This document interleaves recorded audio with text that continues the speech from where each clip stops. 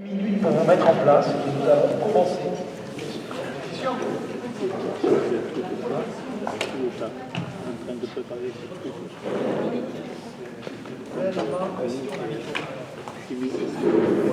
Les choses.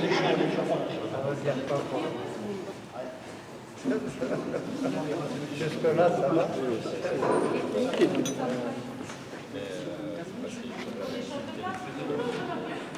J'aime bien la chaleur. Je suis pas désir, mais j'adore.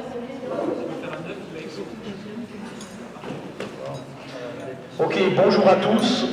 Donc je propose de commencer le conseil municipal du 24 mars 2022. Donc nous allons, dans un premier temps, procéder à l'appel.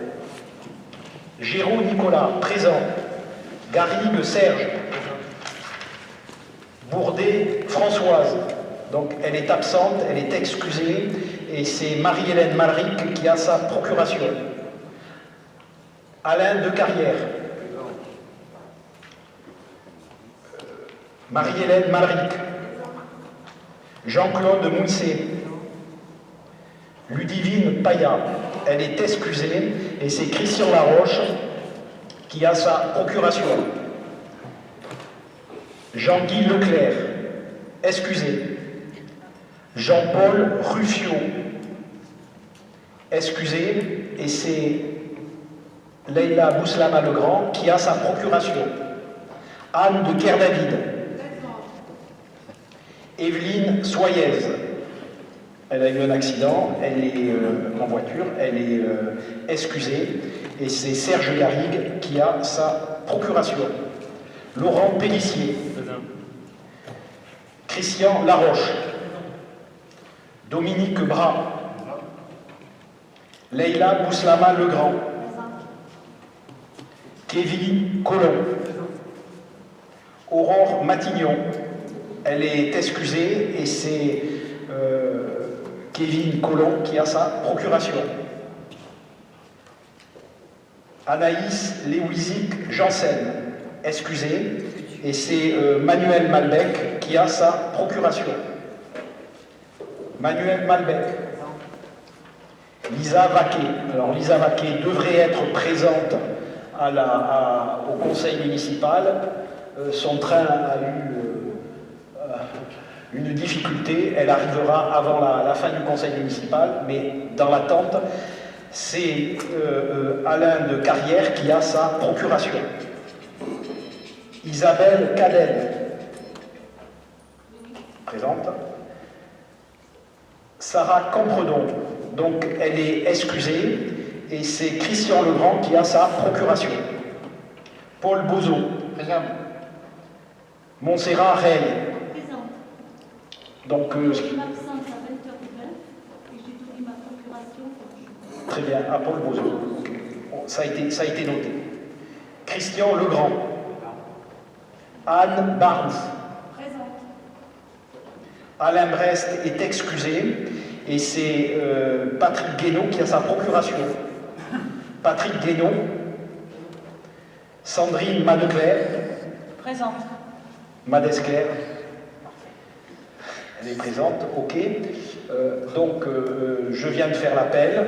Le quorum, nous avons le quorum. Sachez que nous sommes encore en période Covid et que le quorum est à 1/3 du conseil municipal, c'est-à-dire à 10 conseillers municipaux présents. Voilà.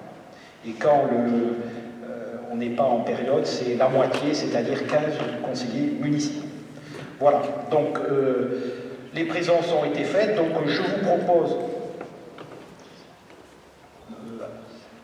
après le procès verbal, le premier point, ça sera. Donc je propose de passer à l'approbation du procès verbal du dernier conseil municipal qui a eu lieu le 10 février dernier, et donc je donne la parole à Christian Laroche. Donc pour ce procès verbal, les modifications ont été demandées par Madame Cadel et par Madame de Kerdavid. Modifications qui sont apportées au procès verbal. Madame de Gardavi, de page 6, 3.2, demande qu'il faudrait ajouter que le délai de 2 ans, donc ça a été pris en compte. Page 13, paragraphe 2 et la gage abattage, je crois que c'est Isabelle. Madame Cadenne reproche, non, remplacer reprocher par constater, donc ça a été pris en compte. Après questions diverses, Madame Cadenne s'étonne d'une consultation juridique. Il faudrait rajouter en partenariat avec la Chambre nationale et Chambre départementale. Ça a été fait, enfin, toutes les modifications ont été apportées. Donc les modifications demandées sont apportées.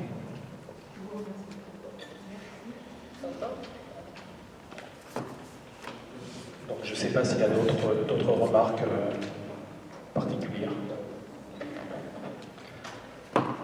S'il n'y a pas d'autres remarques sur le PV du dernier conseil municipal, je vous propose de passer au vote. Qui s'abstient, qui vote contre. Donc le dernier PV est voté à l'unanimité. Madame Cadenne, vous vouliez faire une déclaration?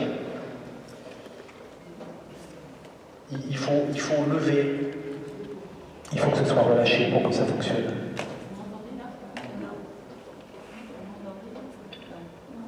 Vous m'entendez? Voilà. Alors, merci Monsieur le maire de me permettre de m'exprimer. Pourriez-vous, Monsieur le maire, demander une minute de silence, comme cela s'est fait dans certains conseils municipaux, en soutien à la population ukrainienne, qui, outre ces nombreux morts, compte, je le rappelle, plus de 10 millions de réfugiés qui sont partis sur les routes dans des circonstances terribles, comparables à celles qu'ont vécues nos grands-parents lors de l'exode de 1940. Les Rabastinois ont été extrêmement solidaires et je pense que nous, élus, devons également clairement montrer notre soutien à ces hommes, ces femmes, ces enfants en détresse, sans considération politique. Nous avons au sein de ce conseil municipal des différends, nous avons des rancœurs envers les uns et les autres. Nous avons vécu pour certains ce que nous considérons comme être des injustices. Mais qu'est-ce tout cela face à la tragédie de perdre un enfant, un proche sous les bombes? Qu'est-ce tout cela face au drame qui jamais ne s'efface de quitter sa maison, la terre où ses parents sont enterrés? Tout cela doit amener à relativiser et c'est ce que, personnellement, aujourd'hui, je tenais à partager avec vous. Je voudrais juste dire, et ça je sais, parce qu'il s'avère que je connais la plénitude du Conseil, que vous avez tous conscience que nous avons beaucoup de chance d'être en France, nous avons beaucoup de chance d'être des élus en France et à Rabastens, avec une population qui a fait preuve les jours derniers, lors de différents événements, de beaucoup de solidarité. Je pense sincèrement qu'il nous faut plus que jamais nous montrer à la hauteur des idéaux républicains que tous ici dans cette pièce nous partageons. Et qu'il nous faut garder à l'esprit que la guerre en ce moment elle est en Ukraine et dans d'autres pays, mais que nous ici, en France, à Rabastens, nous avons de la chance, nous avons beaucoup de chance, car nous sommes en paix. Merci Monsieur le maire. Et merci de m'avoir écouté. Donc je vais proposer de faire une minute de silence, donc nous allons nous lever.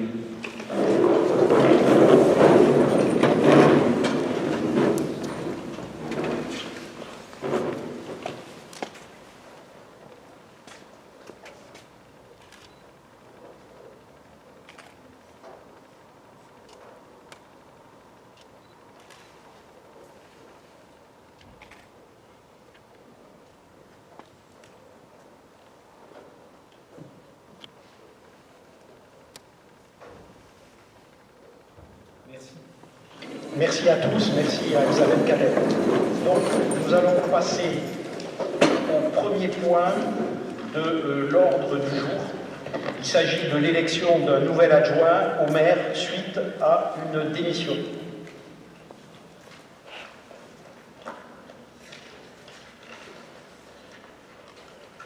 Donc, je vais juste vous lire la lettre donc, de Jean-Guy Leclerc qui démissionne. J'ai l'honneur de vous présenter ma démission d'adjoint. Alors, il écrit la lettre à la préfecture, au préfet. J'ai l'honneur de vous présenter ma démission d'adjoint au maire de Rabastens à compter de la réception de la présente. En désaccord avec la ligne politique de l'équipe majoritaire conduite par Nicolas Géraud, j'ai décidé de m'en retirer. Je reste néanmoins conseiller municipal. Je vous prie d'agréer, monsieur le préfet, etc. Alors, juste un commentaire par rapport à ça. Ça fait partie de la démocratie. Dont acte que Jean-Guy Leclerc quitte la majorité. Juste pour dire une chose, nous sommes une liste qui s'est présentée diverse. Nous n'avons pas d'idéologie politique et nos décisions que nous les prenons dans l'intérêt des Rabassinois et ce ne sont pas des décisions qui sont de droite ou de gauche, ce sont dans l'intérêt des Rabassinois. Voilà ce que j'avais à dire par rapport à la démission de Jean-Guy Leclerc. Donc, il y a une place d'adjoint qui est libre, désormais, une 7e place d'adjoint. Donc, nous allons voter pour remplacer le départ de Jean-Guy Leclerc. Donc, je propose que ça soit Christian Laroche qui monte comme 7e adjoint au sein de l'équipe majoritaire. Y a-t-il une autre personne, un autre conseiller municipal qui souhaite se présenter? Madame, oui, non, je vous rassure, je ne souhaite pas me présenter. Simplement, je pense qu'il est normal quand il y a une démission, quand il y a un nouvel adjoint, que ce soit bulletin secret, non? Oui, bien évidemment. Bien évidemment, le vote se fait à bulletin secret. C'est un vote. Alors, comme je ne voyais pas d'heure, je pensais que. Si, les urnes, l'urne est derrière. Je n'avais pas vu. Donc ça va être un vote en fonction du nombre de personnes qui se présentent. Ça peut être un vote à 3 tours. Au premier tour, la personne qui sera élue adjoint doit avoir la majorité absolue. La majorité absolue s'entend comme le nombre de suffrages, la moitié des suffrages exprimés plus 1. Sachant que les suffrages exprimés, ce sont les gens qui votent, moins les votes blancs ou les votes nuls. Voilà. Et donc ça doit être la majorité absolue au premier tour. Au deuxième tour, la majorité absolue si effectivement le deuxième tour il y a 2 personnes. Et au troisième tour, c'est la majorité simple. Y a-t-il donc quelqu'un qui se présente en même temps, enfin qui souhaite se présenter à ce poste de 7e adjoint? Donc, pour ce vote-là, il y a une personne qui se présente, il s'agit de Christian Laroche. Donc, nous allons voter à bulletin secret. Et donc, je vais appeler au fur et à mesure les personnes. Donc, nous allons désigner un président de bureau de vote. On va prendre Alain de Carrière. Il faut 2 assesseurs. Je propose que M. Patrick Guénaud soit assesseur et que Christian Legrand soit assesseur. Si vous l'acceptez, hein, c'est pas une obligation. Hein.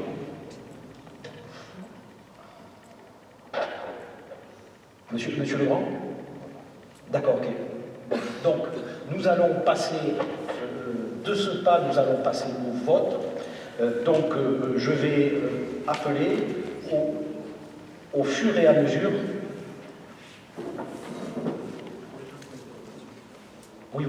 Alors, les gens qui ont une procuration, vous mettez 2 bulletins. Non, pas dans la même enveloppe. Non, c'est 2 bulletins. Alors, je précise, sur le bulletin, si vous êtes d'accord, vous mettez Christian Laroche. Oui, vous marquez le nom, Christian Laroche, si vous souhaitez que ça soit Christian Laroche qui soit élu. Un salaire. Elle a en siège.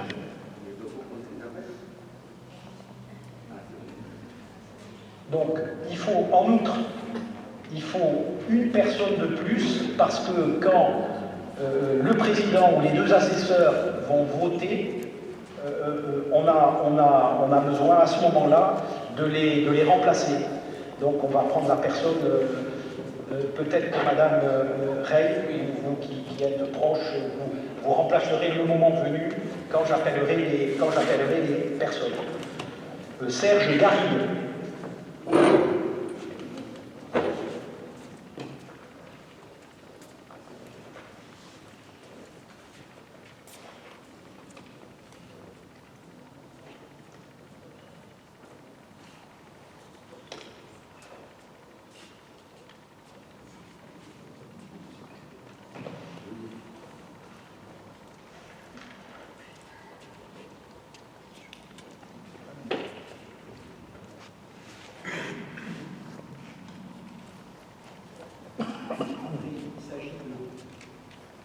Alors, juste pour dire, les gens qui ont une procuration, ils reviendront voter au nom de la personne pour qui ils ont la procuration.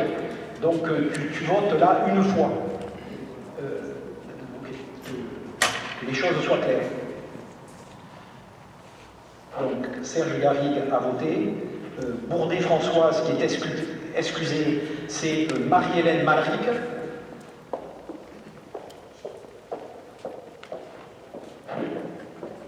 Qui a sa procuration.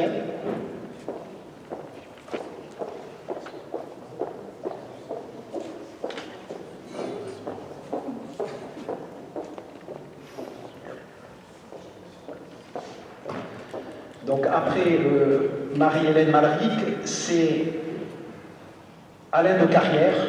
Donc Madame Rey, est-ce que vous pouvez aller remplacer Monsieur Alain de Carrière? Merci.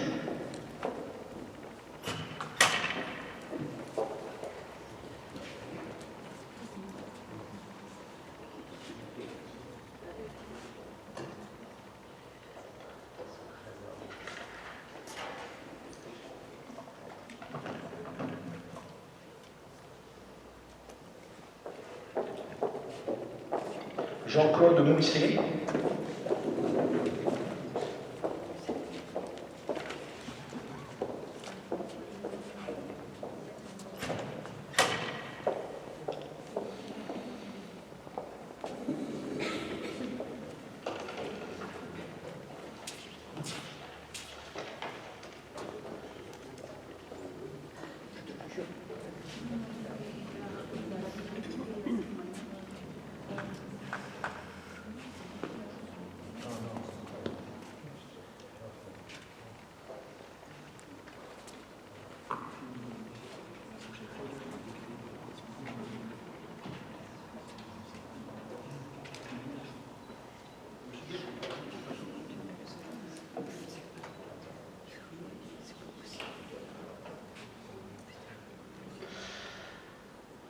Donc, Ludivine Paya, c'est Christian Laroche qui a la procuration.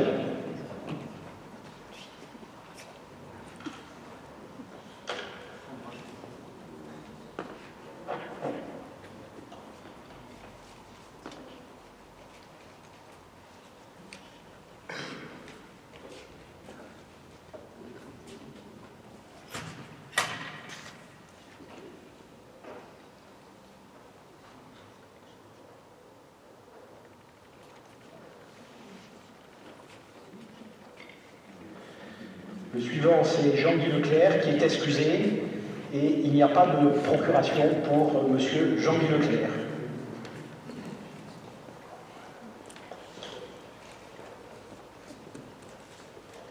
Jean-Paul Ruffiot, excusé, c'est Leïla Bouslama-Legrand qui a sa procuration.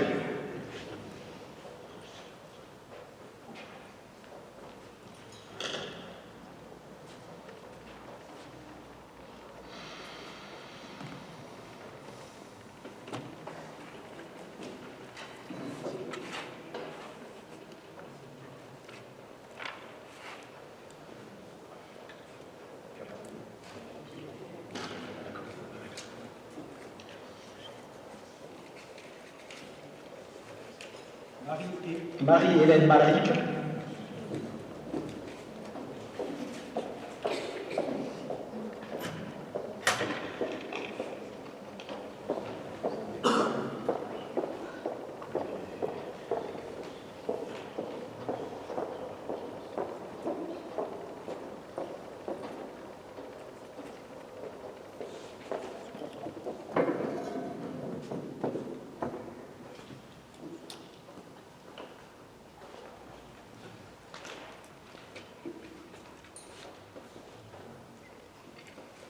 Anne de Guerre-David.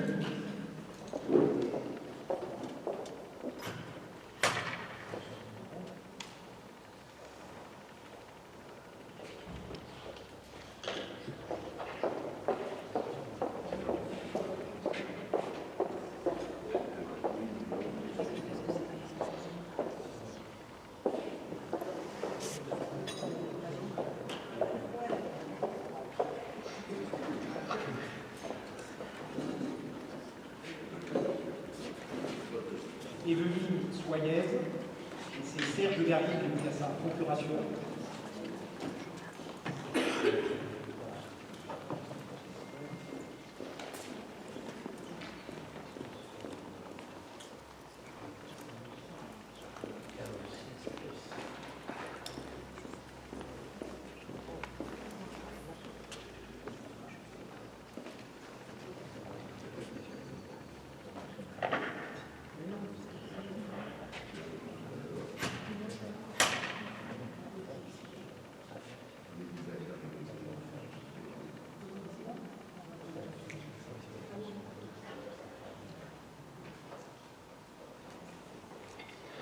Laurent Pellissier.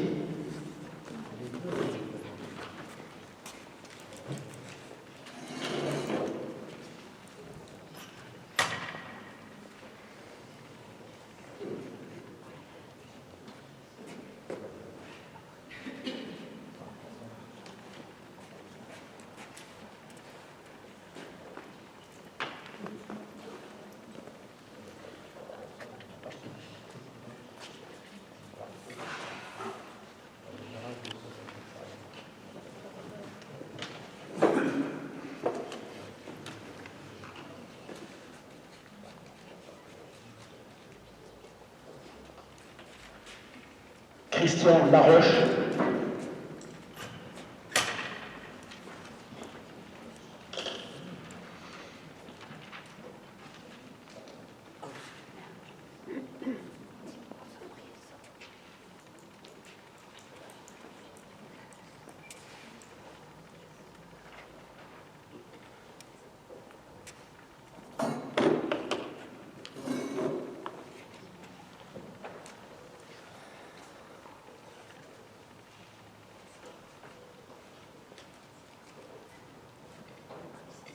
Dominique Bras.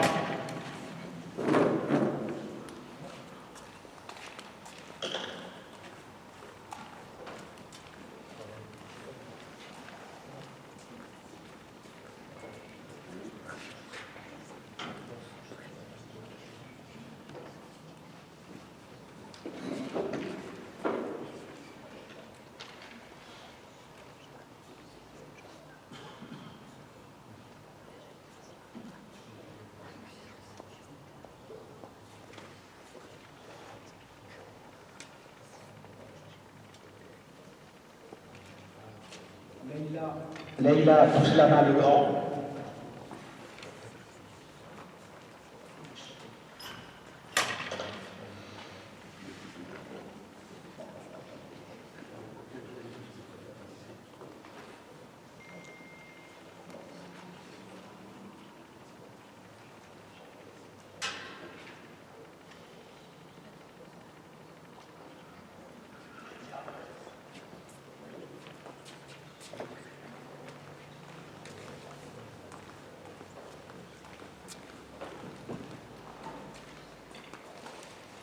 Kevin Collin.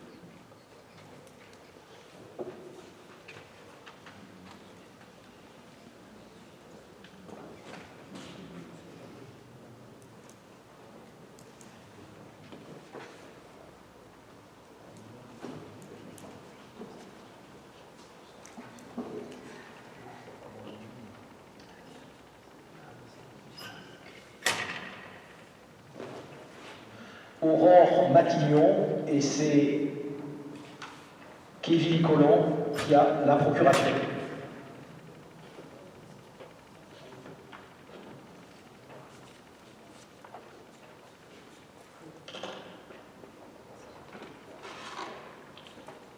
Tu as voté les jours. Anaïs Lewizik-Janssen, procuration à Manuel Malbec.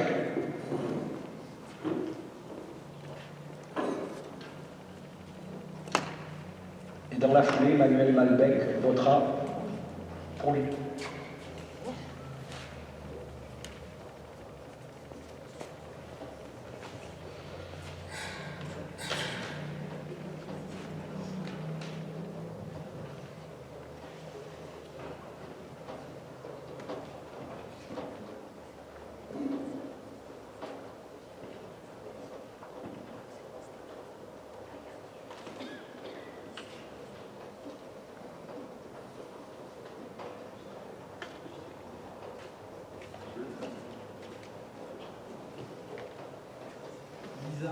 Lisa Vaquet.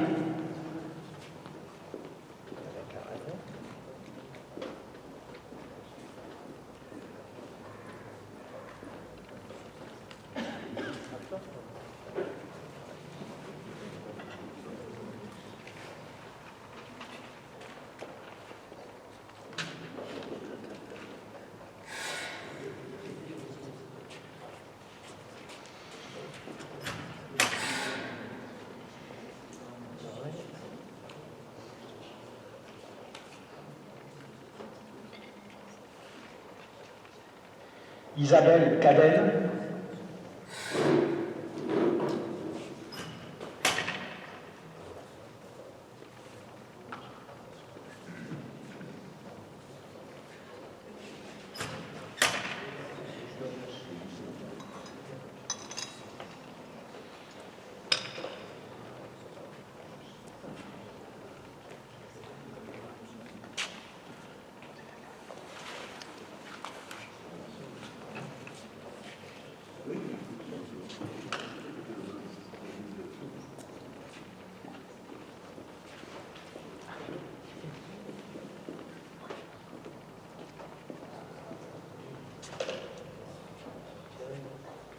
Sarah Campredon, procuration de Christian Legrand. Donc je vois que Madame Rey vient remplacer Monsieur Christian Legrand.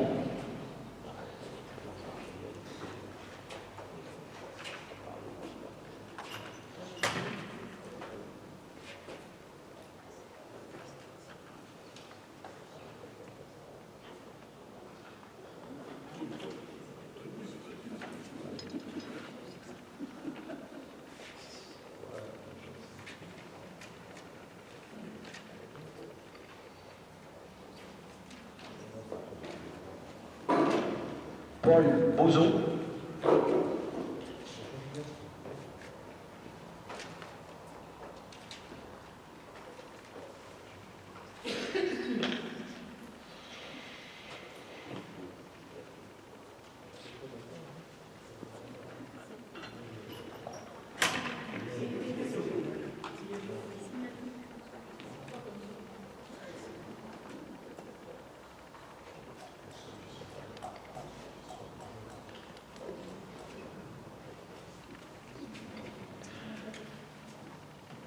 Montserrat Rey.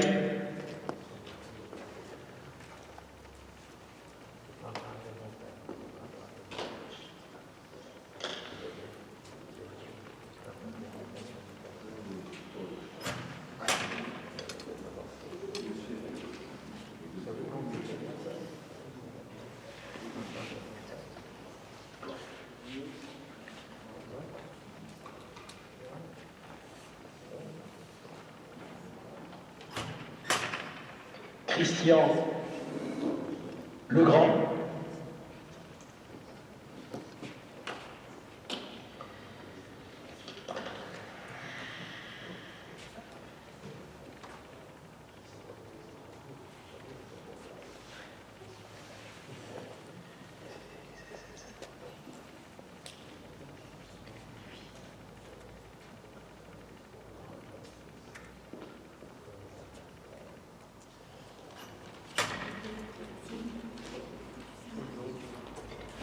Anne Barnes.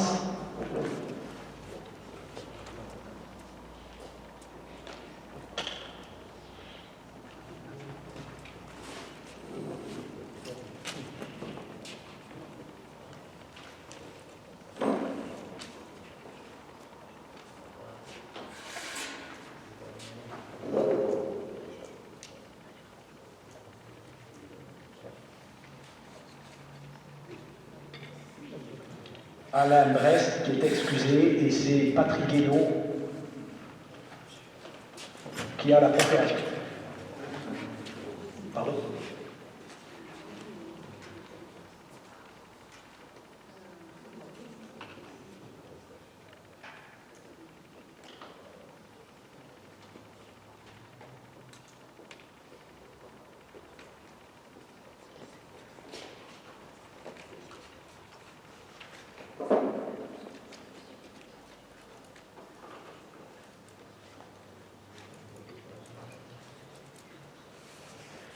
Après, M. Patrick Guénaud va voter pour lui.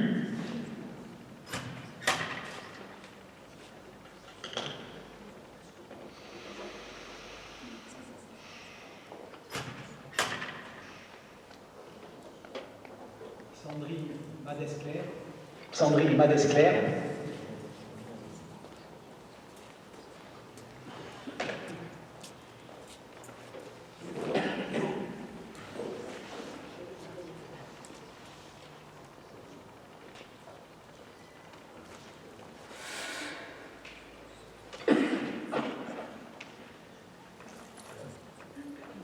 Et Nicolas Géraud, je vais aller voter.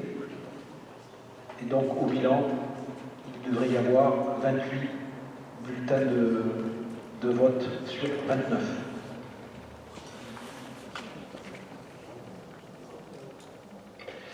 Avant d'aller voter, j'ai oublié de désigner le secrétaire de séance qui sera Christian Laroche. Merci.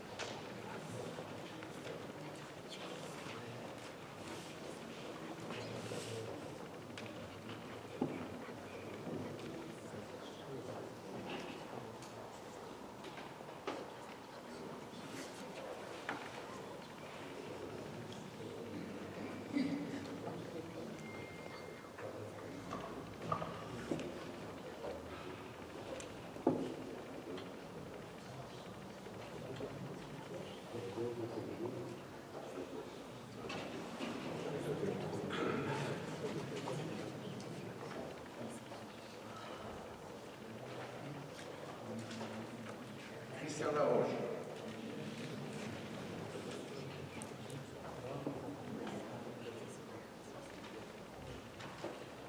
Christian Laroche.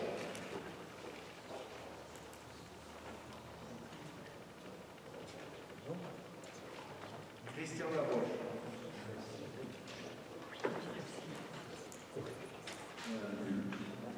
Un blanc.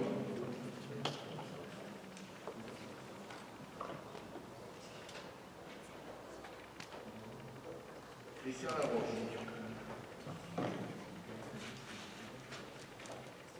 Un blanc.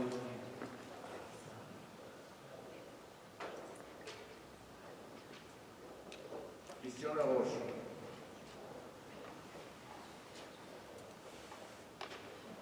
Christian Laroche.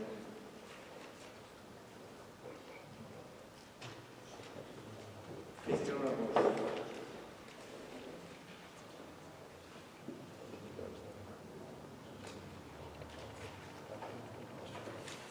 Christian Laroche.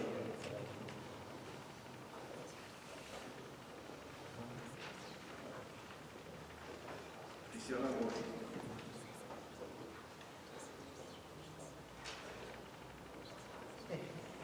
Sandrine Mazenbel.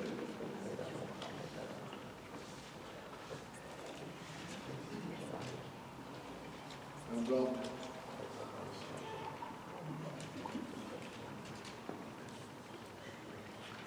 Christian Laroche.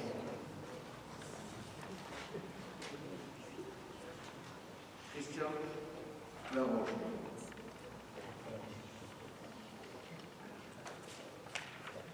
Christian Laroche.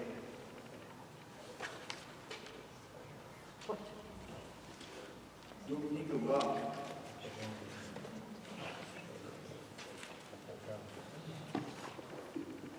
Christian Laroche.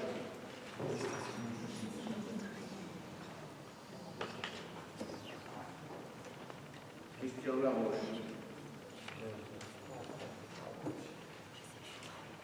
Christian Laroche.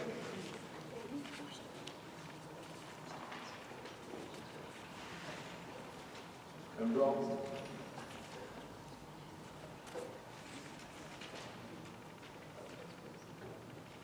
Christian Laroche.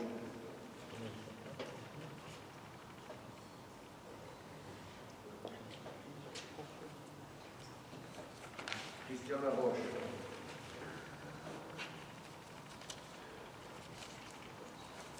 Christian Laroche.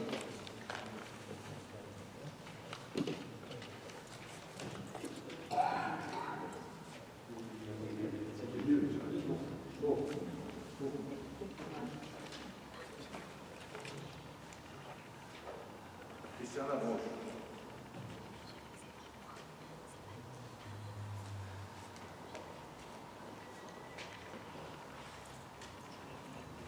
Christian Laroche.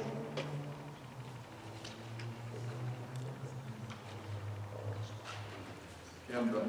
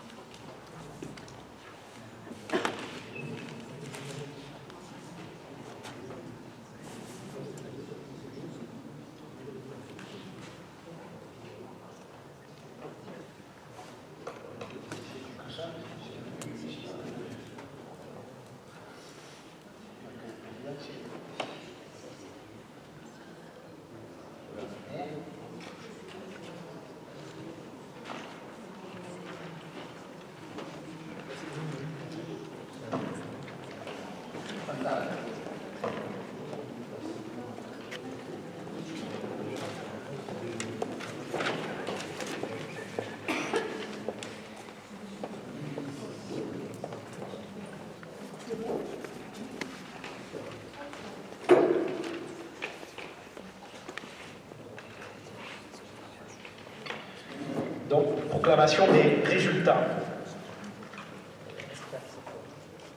Nombre de votants, 28. Nombre de suffrages déclarés nuls, 1. Nombre de suffrages blancs, 5. Nombre de suffrages exprimés, 22. Donc, si c'est 22, la majorité absolue est à la moitié, c'est-à-dire 11 plus 1 est à 12. Christian Laroche, 20. Donc, ce qui veut dire que Christian Laroche est élu comme 7e adjoint au sein du conseil municipal, puisqu'il a la majorité absolue. Merci.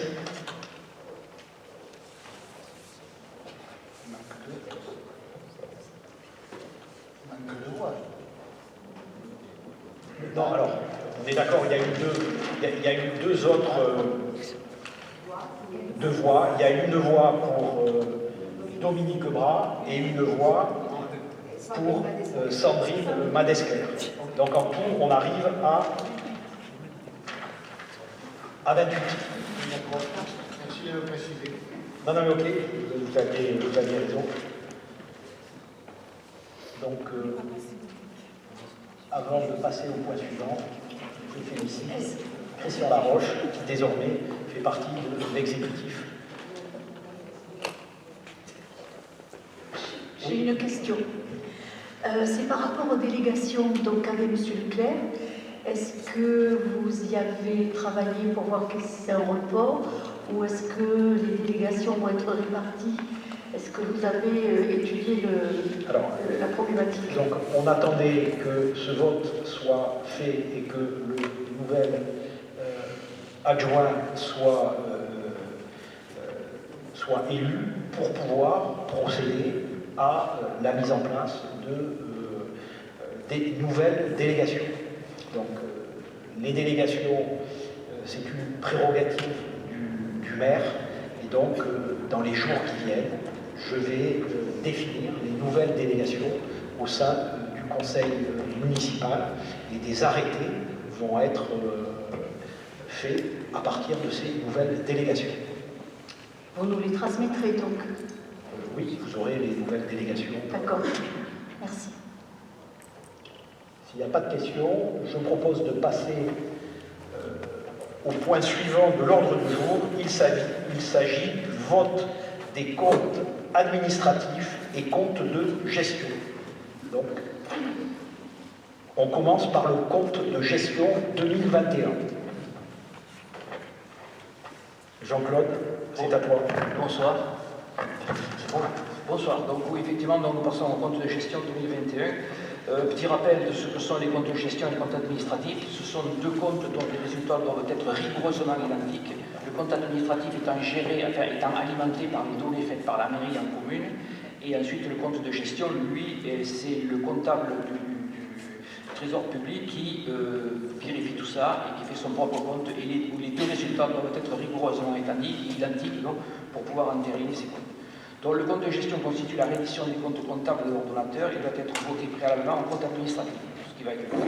Après s'être fait présenter les budgets primitifs de l'exercice 2021 et les décisions modificatives qui s'y rattachent, le titre définitif des créances à recouvrer, détail des dépenses effectuées et celui des mandats délivrés, les bordereaux de titres de recettes et de mandats, le compte de gestion dressé par le receveur accompagné des états de développement des comptes de tiers ainsi que les états de l'actif, du passif, des restes à recouvrer et des restes à payer.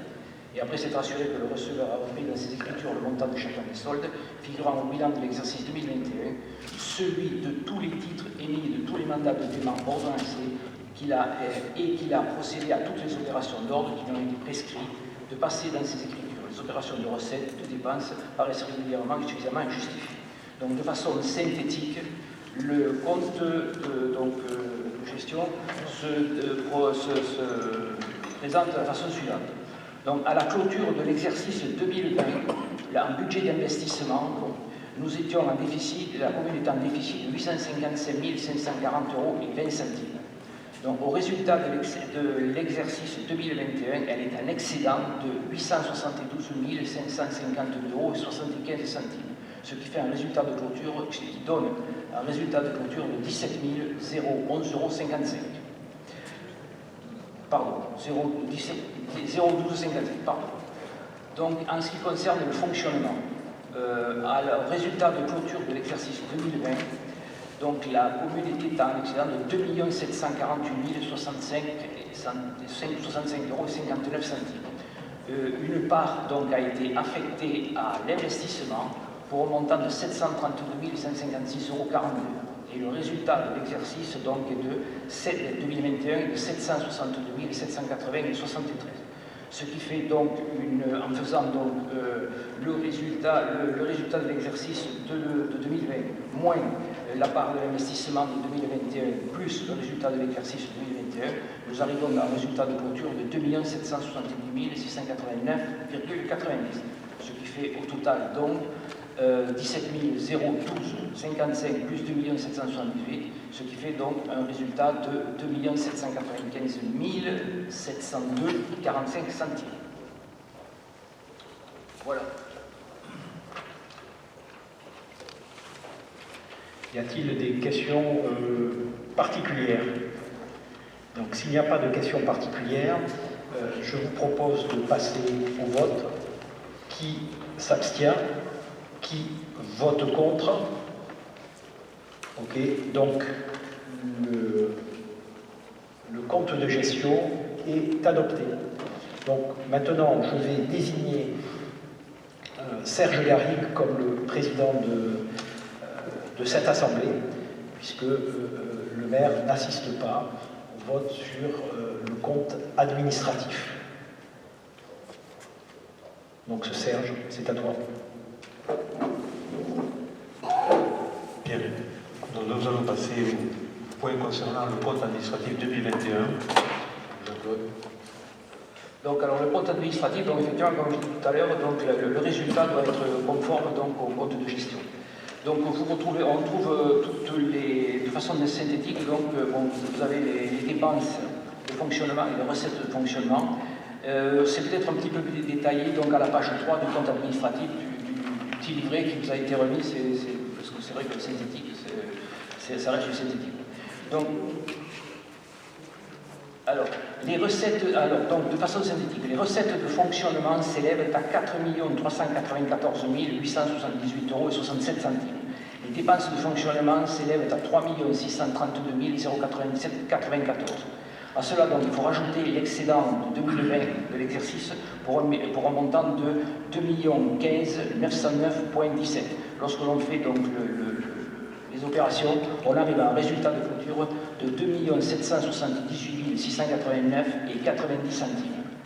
En ce qui concerne la part investissement, les recettes donc sont de 2 256 514,62 € pour des dépenses de 1 383 961,87 €. Donc à cela, donc, il faut tenir compte du déficit de l'année 2020 pour 855 540 €, ce qui donne un résultat de clôture de 17 012,55 €. Et donc avec ces deux résultats de clôture, le compte administratif est conforme au compte de gestion. Y a-t-il des observations? Monsieur Guénon? Oui. Je vais juste faire une déclaration, sachant que je voterai donc favorablement au compte administratif. C'est juste une déclaration. Donc les résultats de 2021 sont dus au contexte général et la décision de la commune tout au long de l'année 2021 impacteront les comptes seulement à partir de 2022, d'où ces résultats extrêmement favorables.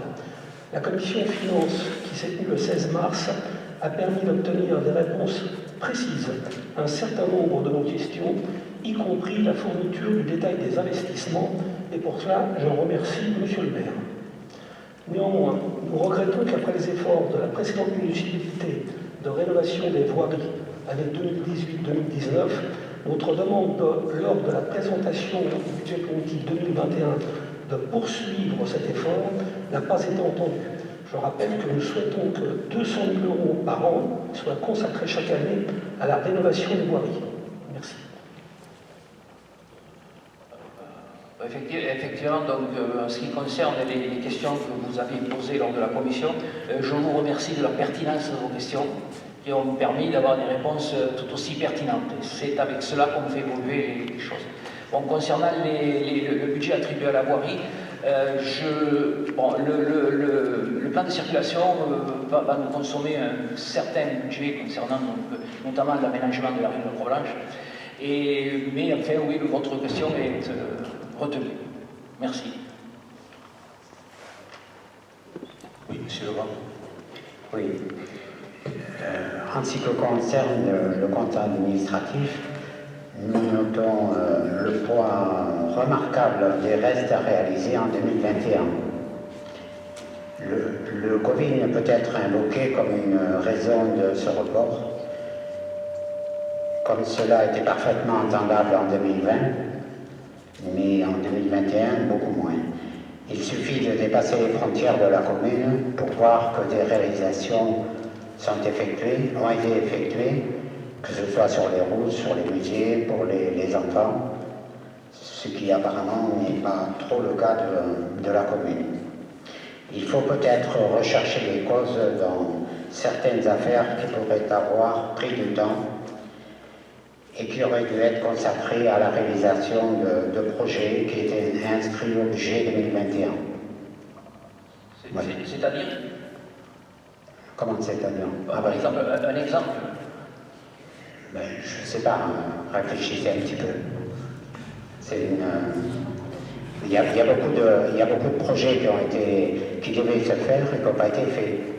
Et on va le voir parce que personne ne les a menés, je pense. Voilà. Pardon, personne ne les a? Les a menés au bout. Est-ce que vous avez des exemples, s'il vous plaît? Monsieur. Si, ce serait bien, oui. Un exemple?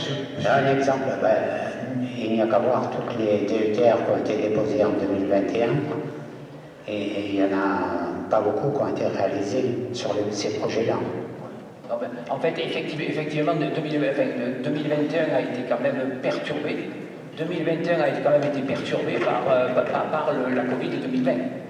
C'est un enchaînement de situations et de rebondissements. C'est pas propre, excusez-moi, mais c'est pas propre à la commune de Rabastens. Oui, mais la commune de Rabastens, il y a quand même pas mal de choses à faire. Oui. Alors il faudrait peut-être peser Moi je pense que quand même sur les autres communes également, il y a beaucoup de choses à faire. Et c'est vrai, je rejoins Monsieur Legrand, que beaucoup de choses ont été faites sur les communes avoisinantes et que nous, bon voilà.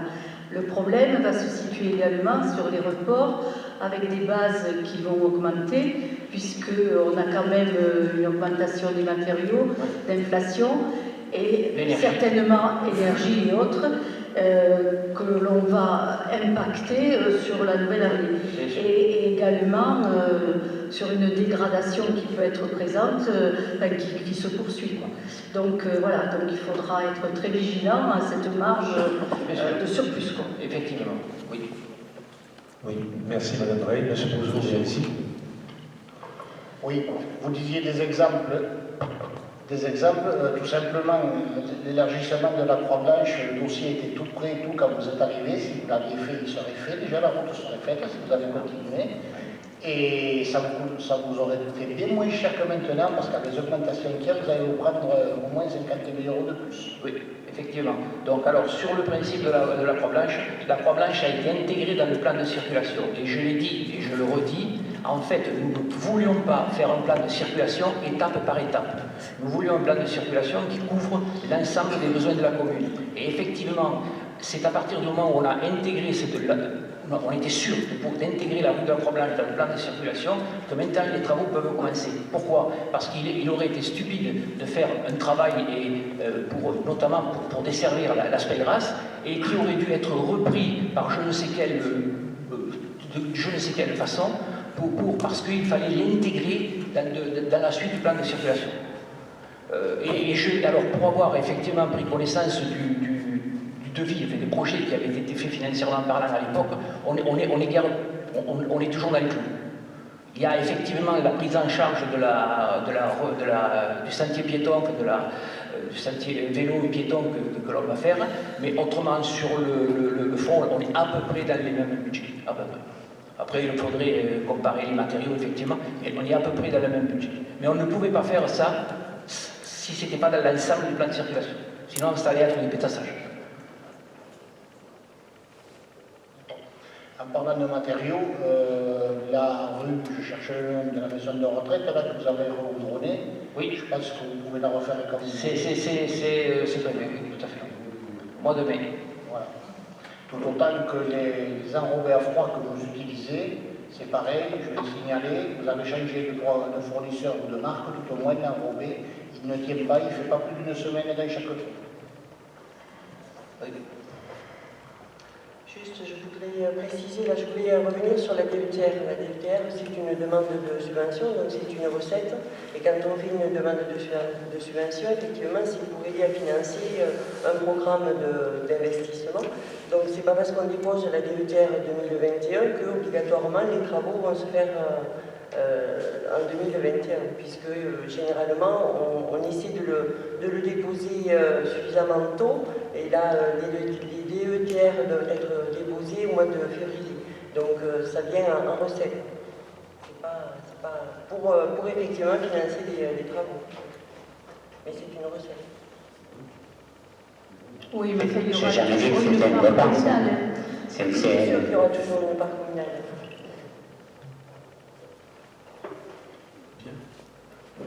Y a-t-il d'autres questions? Bien, je vous propose que nous passions au vote. Qui vote contre? Qui s'abstient? Merci.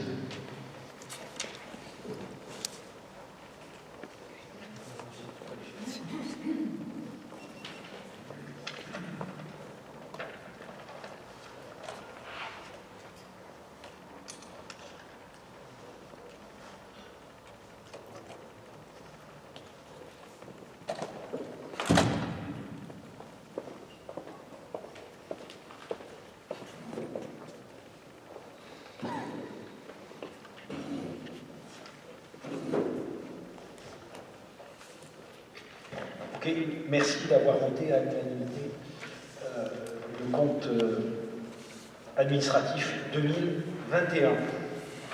Donc nous allons passer au point suivant de l'ordre du jour. Il s'agit du... Affectation du résultat. Oui, affectation du budget principal sur le budget. Résultat, voilà, du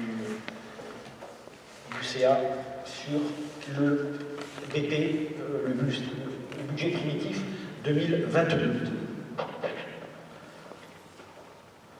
Donc, affectation des résultats 2021 du budget principal sur le budget principal 2022. Donc, les comptes administratifs 2021 ayant été arrêtés, il y a lieu de consacrer la reprise définitive des résultats tels qu'exposés ci-dessous. Bon, je ne vais pas vous les exposer, vous les avez. Dépenses en CA 3 632, etc., etc. Donc, résultat de fonctionnement, au final, c'est 2 168 169,69. Donc, il sera proposé au Conseil municipal, oui, ces exposés, vu le Code général des collectivités territoriales, notamment l'article L 2311.5, vu le Code administratif 2021 du budget principal, vu l'avis du comptable public, d'effectuer la reprise des résultats comme suit. Donc, report à nouveau, inscription au budget primitif 2022, 17 012,55 €, qui sont le résultat d'investissement cumulé hors RAR. Ouverture du besoin de financement, inscription au budget primitif 2022, au compte budgétaire 1068, 608 520,21 €, qui sont le résultat d'investissement cumulé avec RAR. Et report à nouveau, inscription au budget primitif, à la ligne 002, excédent reporté de 2 168 169,69 €, qui sont le résultat de fonctionnement, c'est-à-dire que nous avons 2 778 689,90 €, bon, et moins les 610 520,21 €.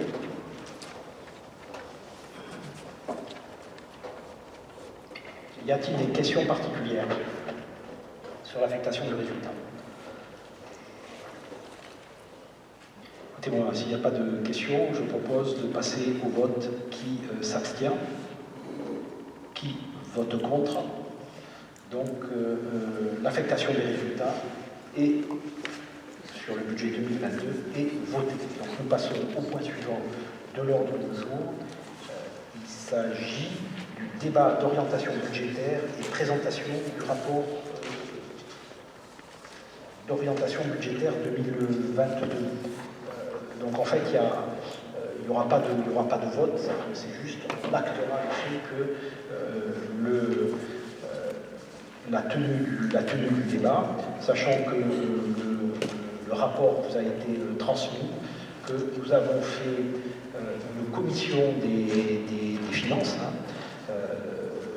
qui a eu lieu la semaine dernière, à laquelle tout le monde toutes les parties présentes au sein du conseil municipal ont participé. Il y a eu des questions qui ont été posées, notamment on va discuter, d'accord, ok, bon, d'accord, je ne reviendrai pas là-dessus.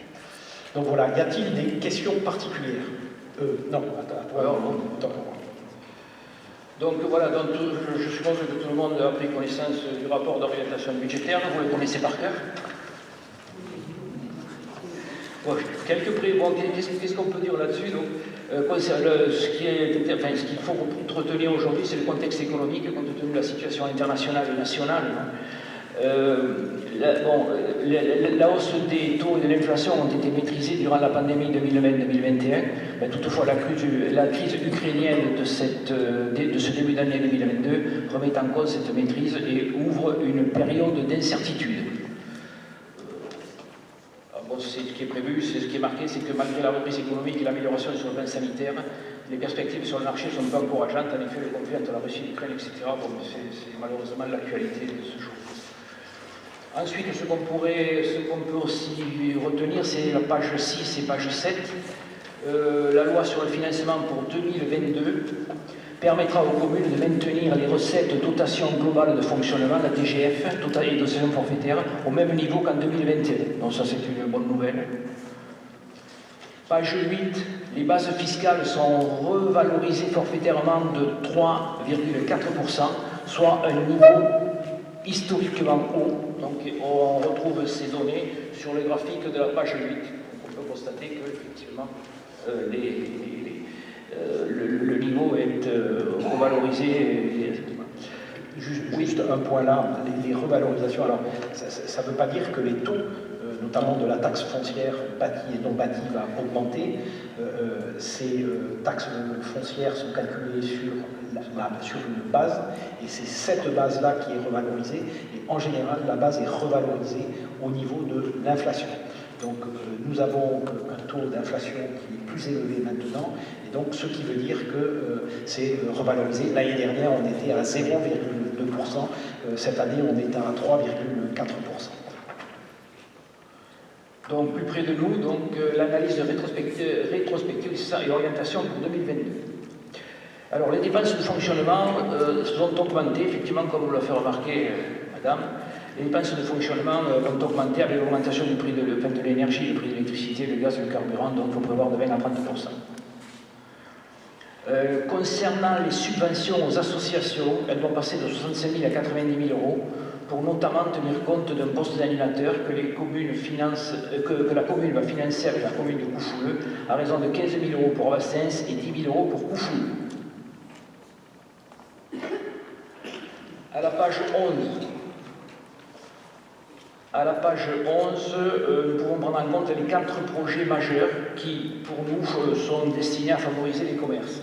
C'est-à-dire, les 4 projets majeurs, c'est la restauration de l'église Notre-Dame du Bourg qui devrait se poursuivre, la rénovation de la piscine, le stade de rugby et la voie publique, aménagement des espaces publics, rénovation de la voirie, monsieur Lebrun, et mise en œuvre du plan de circulation.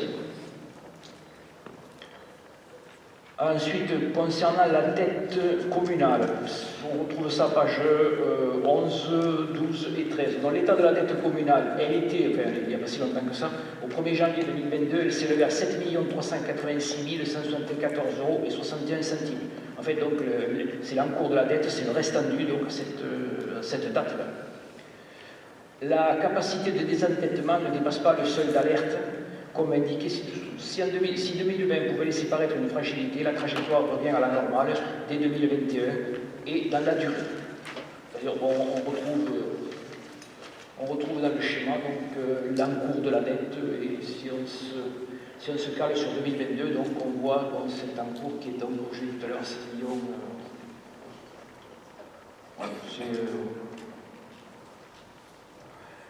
Bon, ensuite, pour ce qui est de la prospective, eh bien, nous restons prudents donc, sur les produits fiscaux, dotations et subventions. C'est-à-dire que nous restons prudents, donc nous maintenons pratiquement le cap. Et ensuite, sur les charges personnelles, effectivement, donc, texte qui a été donné en commission des finances pour expliquer la base des 1 750 000 € par an, revalorisé à 1,5 d'année en année 2023, 2024 et 2025. Donc il s'agit donc de l'embauche de 3 personnes, de 3 agents. Et ensuite, sur les charges de personnel, en 2021, la masse salariale a été maîtrisée malgré des charges supplémentaires liées à la mise à plat des mutualisations avec la communauté d'agglomération, notamment pour responsables des affaires générales, finances et urbanisme. En 2022, la municipalité va recruter 3 personnels qui n'étaient pas présents en 2021. Un poste sur le musée, un deuxième poste de policier municipal et un poste au service technique pour piloter le service infrastructure et suivre un certain nombre de chantiers qui vont être lancés. Alors, d'ici la fin du mandat, le cas de 2 agents en congé maladie de longue durée devrait être réglé et alléger total la masse salariale.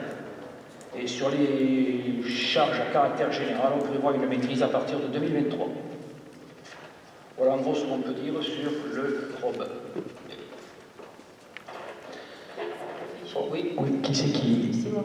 Ok, Madame Cadenne. Juste une question. Au niveau de l'animateur du programme des PVD, des petites villes de demain, comment va se passer la répartition de sa rémunération entre Gaillac, Lille et Rabastens, s'il vous plaît, Monsieur Géraud?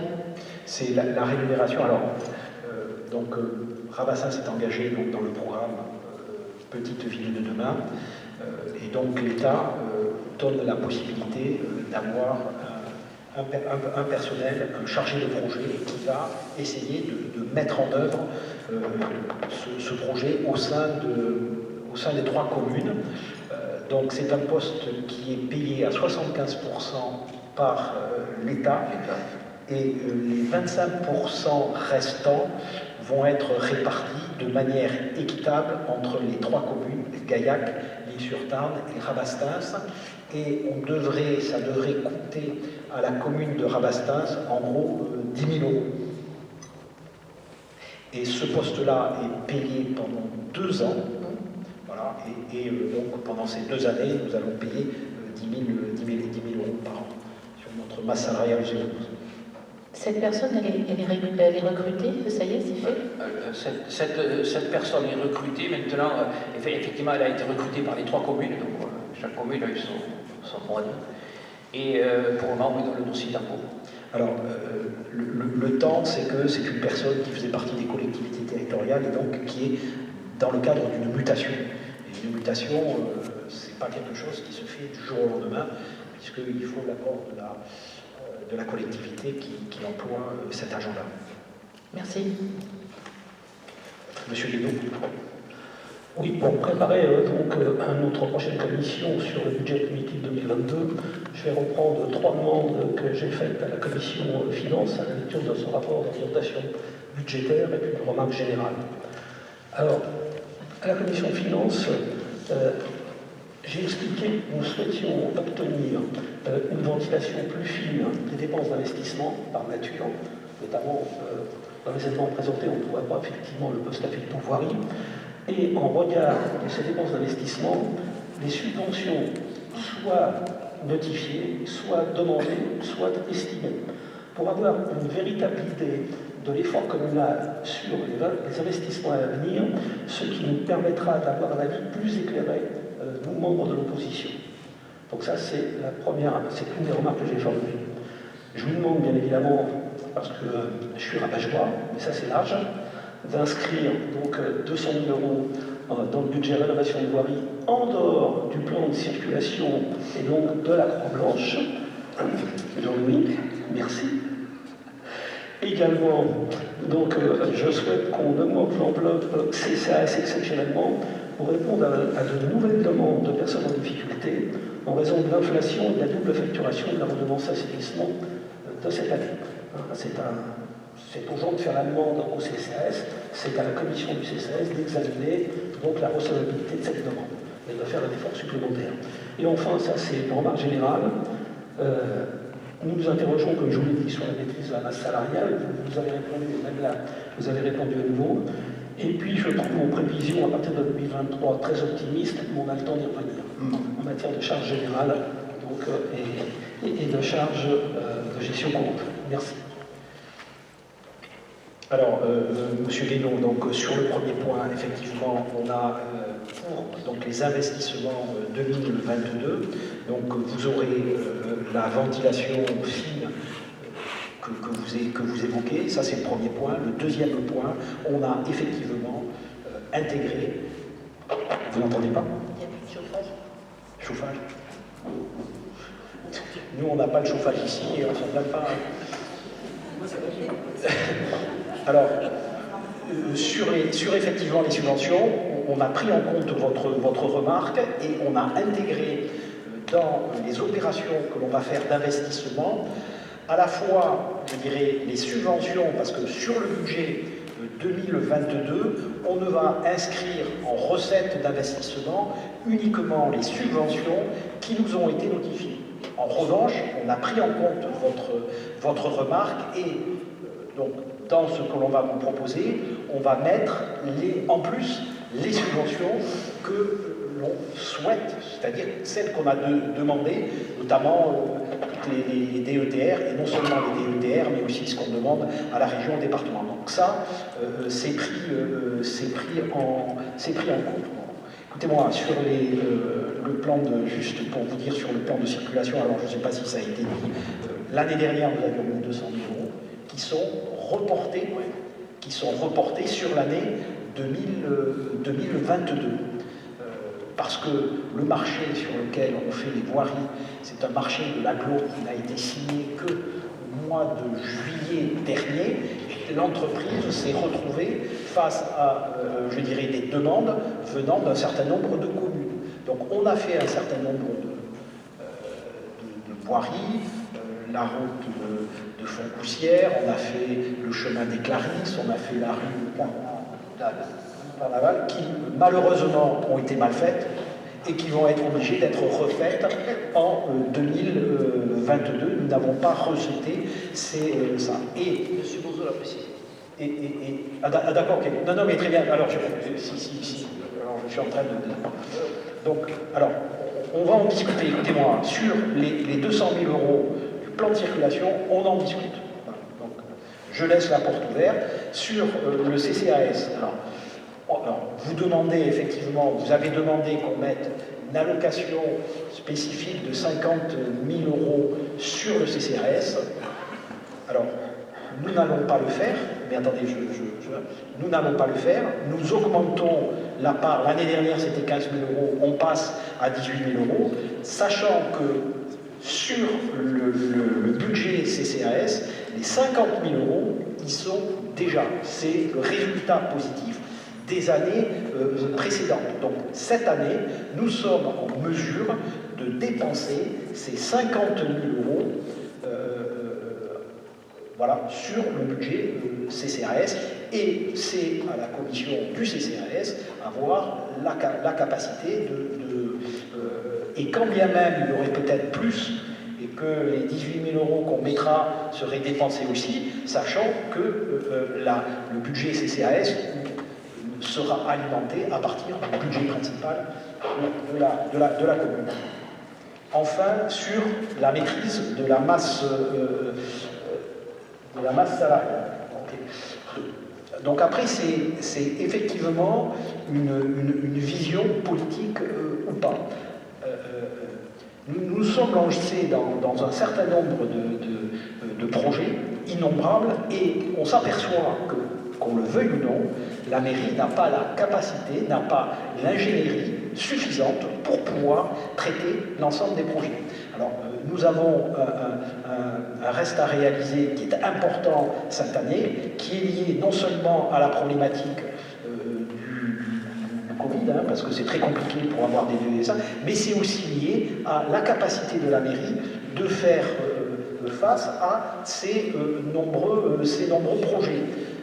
Sachant que ce ne sont pas les élus qui sont à 100% sur les projets, il est important que les agents de la municipalité soient impliqués sur tous les projets. Voilà. Donc il y a aussi cette notion. Et donc on a besoin, comme on a eu par exemple dans le domaine financier, on a recruté quelqu'un parce que c'est une nécessité pour pouvoir gérer les subventions, pour pouvoir mettre à niveau le budget. D'ailleurs, cette année, on a eu, je dirais, un budget de fonctionnement. On était parti sur une capacité d'autofinancement de 250 000 euros. En gros, en gros, c'est le différentiel entre le fonctionnement, les recettes et les dépenses. On a fini l'année avec 800 000 euros. Pourquoi? Parce qu'on a mis à niveau, je dirais, les aspects budgétaires qui ont permis de voir qu'il y avait certains engagements qui étaient en cours et qui n'avaient pas lieu d'être, ainsi de suite, et donc on a remis à niveau le budget. Voilà. Donc ça c'est par exemple important, c'est un plus. Cette personne va pouvoir suivre les subventions, va pouvoir suivre, on fait quand même aussi de l'exécution, une fois que le budget est défini, au cours de l'année, on fait de l'exécution budgétaire, c'est-à-dire on regarde au jour le jour le budget, vous prenez la masse salariale, je peux vous dire que tous les mois, lorsque les payes des agents sont versées, eh bien, on regarde où est-ce qu'on en est par rapport à l'année, et si on s'aperçoit qu'on n'est pas dans l'épure, eh bien, on ne recrutera pas les gens qu'on souhaite recruter. C'est-à-dire qu'on fait une gestion budget. Ça, c'est par exemple pour la personne qui s'occupe des finances. Pour les travaux, c'est pareil. On aura besoin d'avoir quelqu'un qui va pouvoir, je dirais, non seulement suivre les travaux, mais en plus mettre à niveau que ça soit en matière d'incendie, en matière, enfin, tu peux dire un mot par rapport à ça. Oui, juste pour compléter ce que tu es en train de dire, oui, on a énormément de remises à niveau du point de vue réglementaire à faire, qui relèvent du contrôle de bâtiments, qui relèvent de tous les contrôles nécessaires et obligatoires en matière de sécurité. Donc ce travail est à faire, la responsabilité de la collectivité est engagée vis-à-vis de ça, il y a un vrai caractère d'urgence, donc on se doit effectivement de le réaliser, donc on cherche à recruter une personne qui soit en capacité de venir seconder le directeur de service technique pour pouvoir réaliser cette mission. Ce n'est pas simplement que de l'accompagnement, ce n'est pas que de l'encadrement d'équipe, c'est aussi effectivement des recherches, des appels d'offres à mettre en place, des chantiers à suivre, des contrôles à suivre aussi. Donc manifestement c'est une fonction qui est nécessaire et qui s'impose de fait, parce qu'elle s'impose à nous, réglementairement parlant et juridiquement parlant, elle s'impose à nous. On n'a pas le choix. Donc il faut effectivement qu'on le fasse. Et on a d'autres postes comme ça qui sont effectivement sollicités parce qu'on a des obligations réglementaires à satisfaire et qu'on ne peut pas y faire l'économie.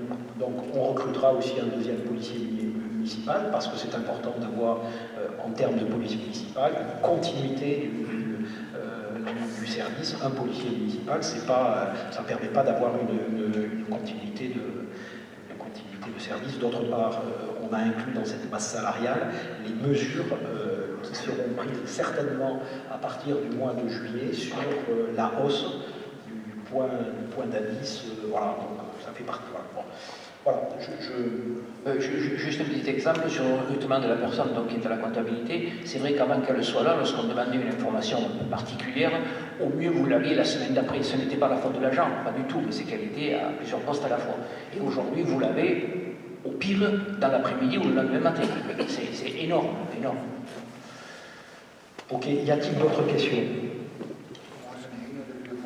Ah oui, ok. Pardon, monsieur Roseau, allez-y. C'est pas grave.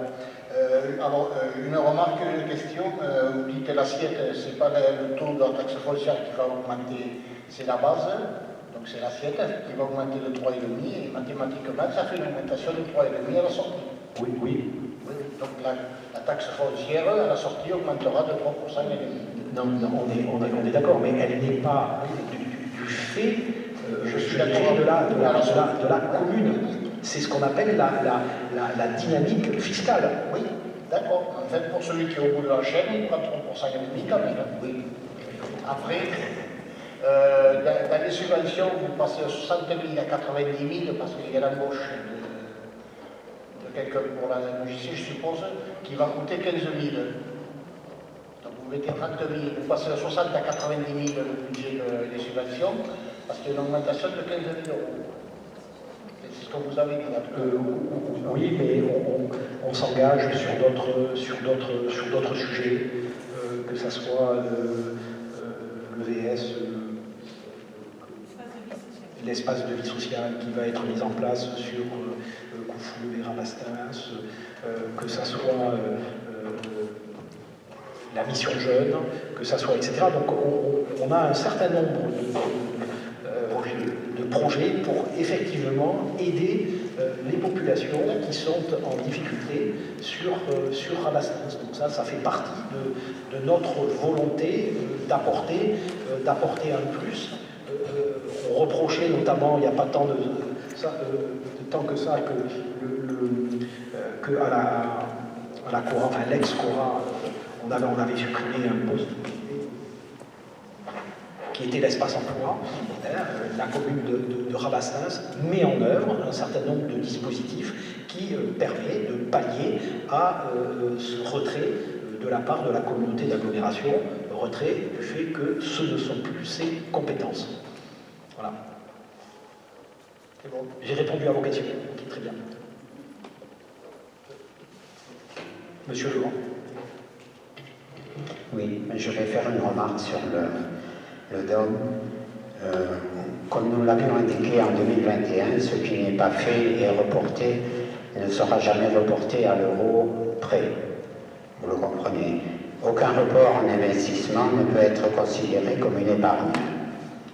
Je prends l'exemple d'une chaussée, on en a parlé tout à l'heure.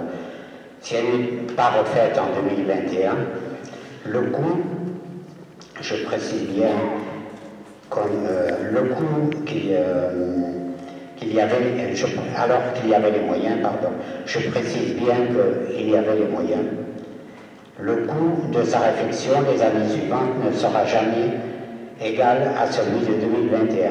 Il sera nettement augmenté, vous comprenez pourquoi. La chaussée se dégrade un peu plus, donc c'est des travaux supplémentaires, et l'augmentation et l'inflation. Donc c'est ce qui est reporté, mais c'est pas parce qu'on a reporté 200 000, vous avez cité tout à l'heure, 200 000 euros étaient reportés, qui n'ont pas été réalisés en 2021. S'ils sont reportés, c'est pas 200 000 qu'il faudra, c'est peut-être 300 pour faire la même chose qu'en 2021. Et voilà, ou peut-être qu'on en fera un peu moins, donc il y aura toujours... Oui, mais le fait que... D'accord. D'une part, effectivement, il est très difficile de trouver des entreprises qui travaillent spontanément, immédiatement.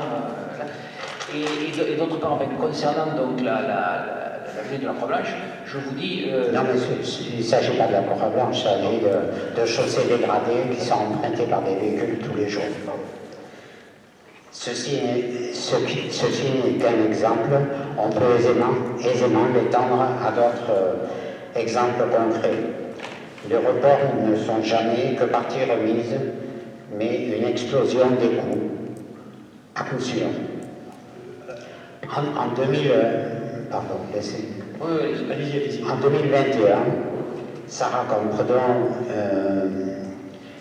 avait attiré notre attention sur le fait, sur des raisons, vous mettant en garde sur une inflation qui menaçait début 2021. Votre ex-adjoint maintenant, Jean-Guy Leclerc, avait jugé constructif de qualifier ses propos de prophétie apocalyptique, je le cite. Aujourd'hui, plus que jamais, nous renouvelons cette mise en garde pour le seul intérêt des Rabastinoises et des Rabastinois. Je conclus en indiquant que nous serons extrêmement vigilants quant à votre capacité à réaliser en 2022 les projets qui n'ont pas été réalisés en 2021 et ceux qui doivent l'être en 2022. Et voilà, donc je vous remercie. Bon, donc je fais juste un constat. À part 2019, cette année, on a dépensé plus en investissement que l'équipe précédente a dépensé je vous donne un exemple, en 2018 ou en 2020. Vous avez l'air de dire qu'on ne fait rien. Non. Sachez qu'il faut passer des marchés, il faut... et c'est long. Aujourd'hui, les entreprises, quand vous demandez des devis et des choses comme ça, le nombre d'entreprises qui ne nous donnent pas de devis, elles sont légion. Et ça, c'est quelque chose que l'on peut constater. Je vous donne un exemple. Pour parler, puisque vous faites référence à Madame Campredon, elle expliquait que finalement, on n'avait pas fait l'espace social en 2021 et que donc on avait perdu de l'argent. Aujourd'hui, on est en train de lancer le projet. Okay, sur les, je ne sais pas combien il y a de lots, 6 ou 7 lots, sur les 6 ou 7 lots, le lot principal donc, n'a pas eu de réponse.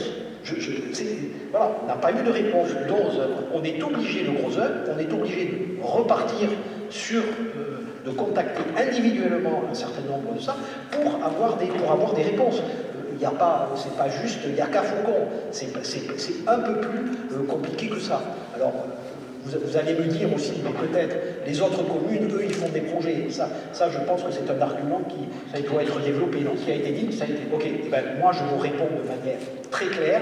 Les autres communes sont dans une continuité de municipalité. Et je prends les communes, je suis bien placé à la communauté d'agglomération pour voir tous les projets importants qui se font aujourd'hui dans les communes. Ce sont des communes qui ont une stabilité en matière politique. Et citez-moi une commune dont la municipalité a changé en 2020 et qui fait des projets aujourd'hui. Toutes les communes que vous allez nous citer, Coufou, L'Isle-sur-Tarn, Grazac, Saint-Sulpice, Salvagnac, etc. À la communauté d'agglomération, écoutez-moi, sur les 15 vice-présidents, allez, on est 2 vice-présidents à avoir été nouveaux sur le ça. Donc, on ne peut pas comparer, il faut comparer ce qui est comparable. Et je le dis de manière très claire, c'est que le problème de Rabastens, c'est que vous avez eu une alternance politique depuis pratiquement la Libération. Je crois que c'est uniquement le premier maire de la Libération qui a fait 2 mandats consécutifs. Ça n'a pas été le cas. Et moi, je vois toutes les communes font des projets. Pourquoi? Parce qu'elles sont dans la continuité. Et il faut 10 ans, pour pouvoir lancer de manière efficiente les projets. Voilà. Donc la réponse, si vous voulez, elle est là. Et aujourd'hui, on est en train de redémarrer la machine.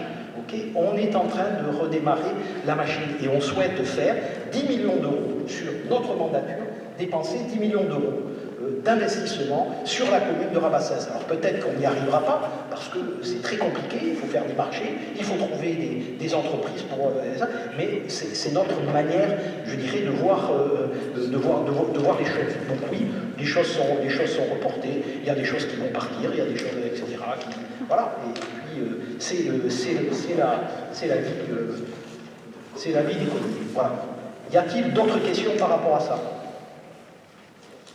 Écoutez-moi, s'il n'y a pas d'autres questions, je vous propose de passer à l'ordre, ou sur le point suivant de l'ordre du jour, sachant que le débat a eu lieu, et donc on passe au point suivant de l'ordre du jour. Tarif du musée. Bonsoir à tous. Donc, il s'agit de la modification des tarifs du musée pour l'année 2022. Donc, pour information, le musée ouvrira ses portes au public à compter du mardi 5 avril 2022 jusqu'au dimanche 30 octobre. Donc, vous avez effectivement en page 3 le récapitulatif des tarifs. Donc, il n'y a pas énormément de modifications, si ce n'est pour la partie Vite à Passe, où effectivement on a un petit peu légiféré tout ça. Donc maintenant vous avez un droit d'entrée à 2 € et c'est gratuit pour les moins de 16 ans. Vous avez également dans la catégorie, dans la deuxième ligne, une modification en fait de titre. C'est-à-dire qu'avant, ça s'appelait entrée pour les Rabastinois, mais dans les faits, les entrées étaient gratuites pour les Rabastinois de moins de 16 ans Rabastinois, mais également hors commune. Donc voilà, donc ça a été rajouté. Voilà, il n'y a pas de modification particulière. Après, tout reste en l'état. Voilà.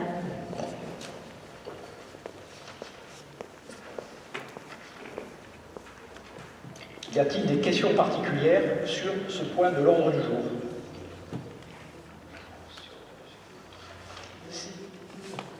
Madame Cadel. Oui, bon, je note que vous avez modifié comme je vous l'avais fait.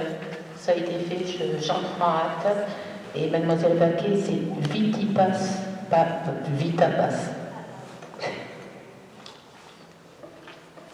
Très bien, merci pour votre intervention, Madame Cadel. Donc, je vous propose de passer au vote. Qui s'abstient? Qui vote contre? Donc, les tarifs du musée sont votés et modifiés tels quels. Donc, maintenant, le dernier point à l'ordre du jour, il s'agit de marché de fourniture, l'adhésion à un groupement de commandes sur des marchés de fourniture qui sont proposés par la communauté d'agglomération. Donc oui, bon, donc il est demandé d'autoriser le maire donc à adhérer au groupement de commandes, donc marché d'achat de fournitures, matériaux livrés ou retirés sur carrière, marché de fourniture de services de télécom, téléphonie fixe, téléphonie mobile, ligne spécialisée, forfait, voix, et marché d'achat de matériel informatique. Donc il est demandé l'autorisation à ce que le maire puisse passer ces marchés.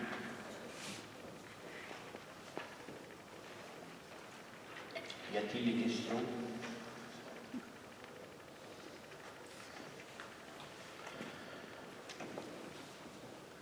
Écoutez-moi, s'il n'y a pas de questions, je vous propose de passer au vote.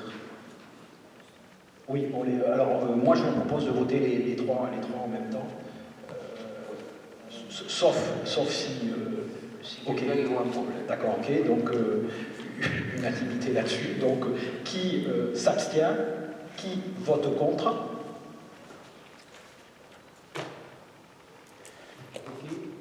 Donc maintenant nous passons aux questions. Nous avons reçu deux questions. Donc je vais lire les questions et on va répondre aux questions. Donc une question qui concerne le nouvel organigramme.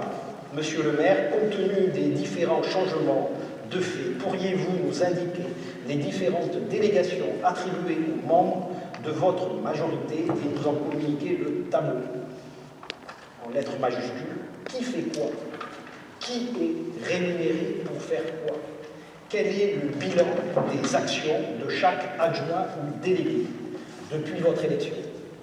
Je rappelle que lors du mandat précédent, les élus qui ont été amenés par raison personnelle ou professionnelle à travailler pour le meilleur de la commune sans rémunération et à venir aux réunions malgré la distance sur leur propre denier. Donc c'est Madame Anne de Kerlavik qui a posé cette question-là. Donc comme je le disais, les délégations vont être prises à l'issue de ce conseil municipal parce qu'il fallait que la place du 7e adjoint soit pourvue pour pouvoir revoir les délégations. Bien évidemment, les délégations qui étaient assurées par M. Jean-Guy Leclerc seront redistribuées au sein de la majorité. Alors, je répète aussi, les délégations sont à la discrétion du maire. C'est le maire qui donne des délégations et les élus qui reçoivent ces délégations rendent compte directement au maire, mais pas au conseil municipal. Le conseil municipal, la majorité, peut rendre compte au conseil municipal, oui, mais c'est sûrement son action générale, c'est pas un conseiller municipal qui doit rendre compte auprès de la municipalité. Concernant le fait d'être à distance et que quand on est à distance, on n'a pas le droit à des indemnités. C'est, si j'ai bien compris, le sens de la question. On a un exemple qui est frappant, c'est la pandémie que nous avons vécue, où des gens ont continué à travailler en n'étant pas en présentiel, en étant en télétravail. Donc je ne vois pas pourquoi un élu qui ne serait pas physiquement à Rabastens ne pourrait pas travailler au profit de la municipalité et de la majorité. Voilà. Donc ça, c'est les questions par rapport à cette question. Une deuxième question, toujours de Madame Guerre-David, accueil des réfugiés ukrainiens. J'ai bien noté votre action concernant l'action de la municipalité, concernant votre recueil d'aide médicale avec le CCAS pour l'Ukraine. Cependant, je ne puis que constater votre dernier message renvoyant les Rabastinois et Rabastinois à se rapprocher d'autres organismes pour fédérer les actions individuelles ou associatives. Je suis surprise de ce désengagement alors qu'au niveau des communes voisines et du département, nous sommes tous mobilisés. En tant qu'élu, je vous demande de vous expliquer sur votre politique, sur ce sujet cruellement d'actualité et sur ce choix politique qui apparaît aux yeux de tous comme un désengagement de notre municipalité. Il est vrai qu'au titre de la municipalité, nous ne disposons plus de logements d'urgence. Alors juste sur la fin, logement d'urgence, je pense qu'il n'y en avait pas lors du mandat précédent, il n'y en avait pas non plus lors du mandat précédent, et il n'y en avait pas non plus lors du mandat précédent.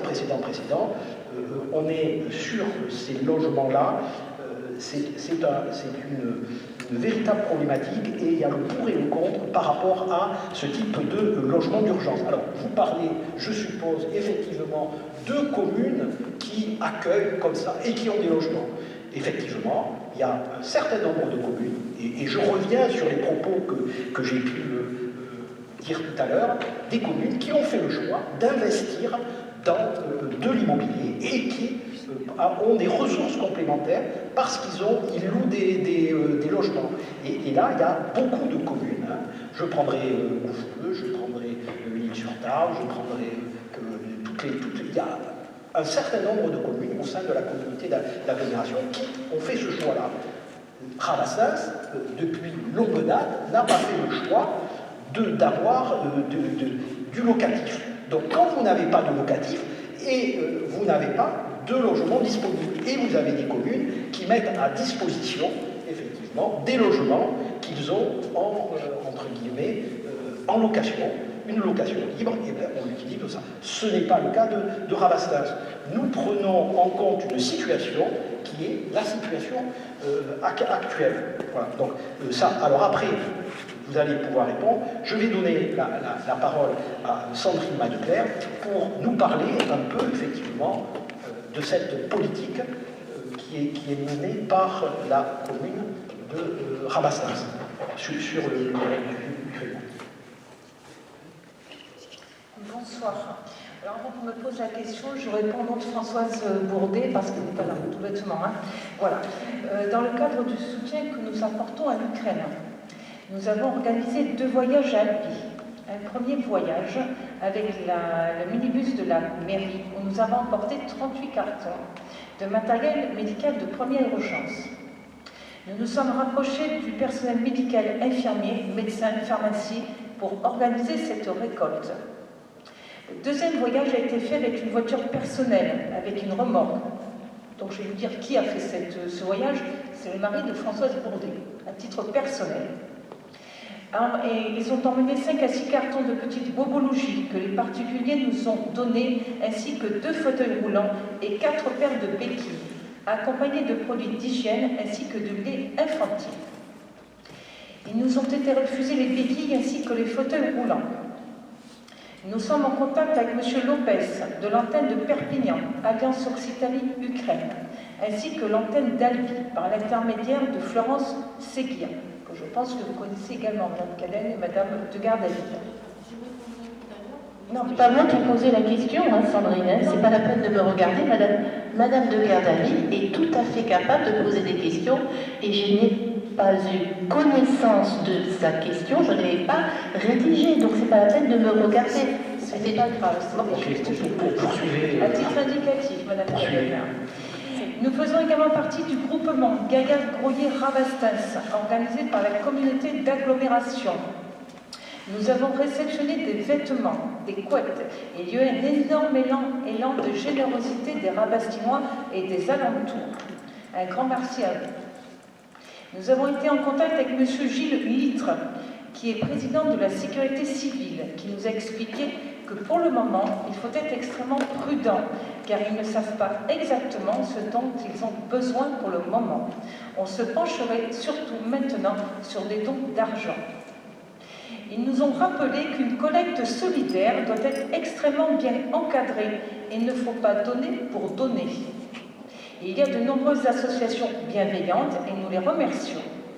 Monsieur Salvador, président de la communauté d'agglomération, propose de donner 1 euro par habitant, mais le vice-président souhaiterait garder cette cagnotte pour toutes les personnes qui accueilleront les Ukrainiens sur notre territoire pour pouvoir acheter cartables, habits, etc. Aide ponctuelle. L'agglomération travaille sur leur arrivée. La préfecture également répertorie le nombre de logements par commune. Tout est très bien encadré. À ce jour, sur Rabastens, 24 foyers recensés.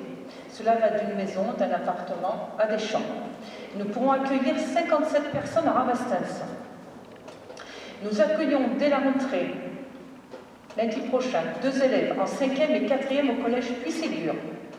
Françoise Bourdet attend le retour de la CAF pour connaître la suite à donner en matière d'allocation et d'aide pour soutenir les familles. Questionnement au niveau des aides de l'État pour les CCAS également.